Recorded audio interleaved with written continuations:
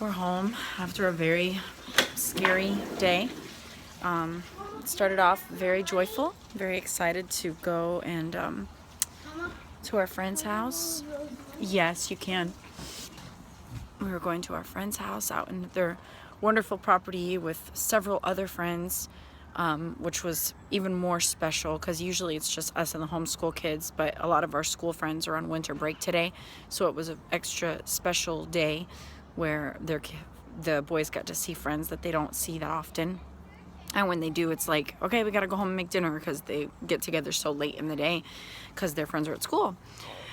So we get there and it's awesome. I mean, they immediately like get together and start running through the woods because that's what they do when they go there. But I guess just the number of kids and the uniqueness of it, because their friends hadn't been there before, they were just really like feeding off each other and exploring much further than they ever have before.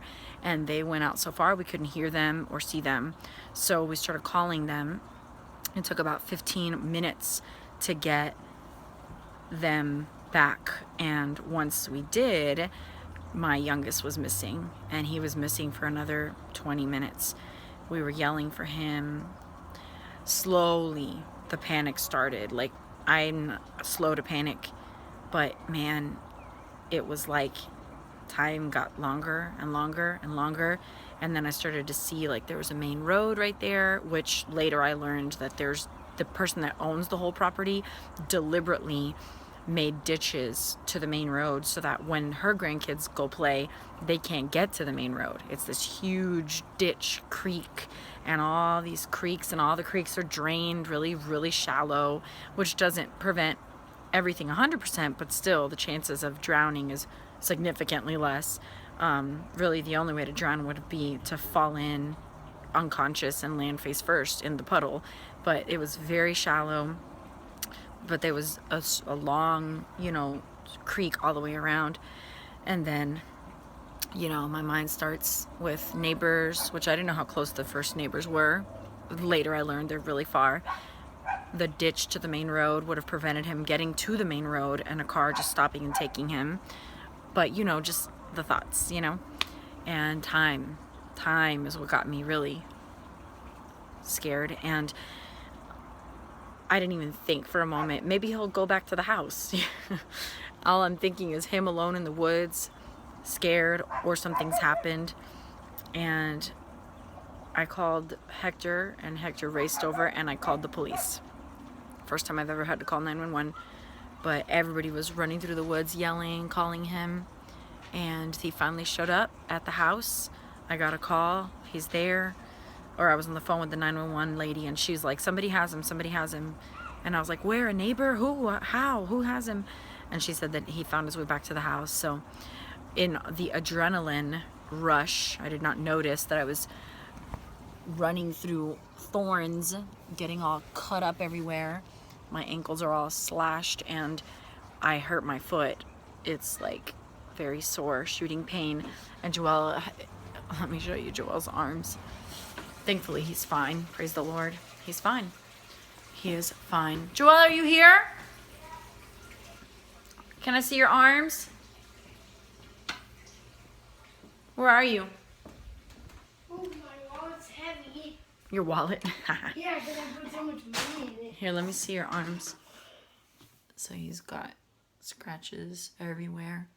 His face.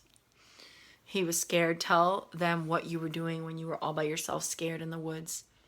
Crying. You were crying. What else were you doing? Talking to God. What did you tell the Lord?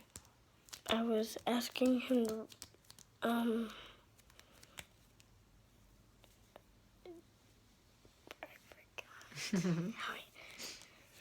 asking him to,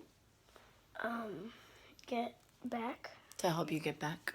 Yeah. And he answered your prayer, didn't he? He was with you the whole time. So, scary day, but filled with rich, rich lessons. That being one, my son was alone in the woods and he called out to the Lord. That is like huge. And then our big boy was with me running, crying, chasing, just running out there crying and trying to find him. I tried to hold it together because I didn't want to look like a crazy wreck in front of my older son. But he knew, and that was a good lesson for him to know. We stick together, first of all, but besides that, you love your brother, and this is a big deal. They argue a lot, they're siblings, that's normal. But it's good to have that reality of, I love my brother, I love my sibling, So I knew that you all would want to know this. I'm emotionally drained. I am calling it a day. I'm so tired, but I knew that this would be something you would want to know about. And so many of you are brothers and sisters in the Lord. You can rejoice with me that everything is fine. Praise the Lord. He protected my little Joelle, and everything's fine. So rejoice with me in that.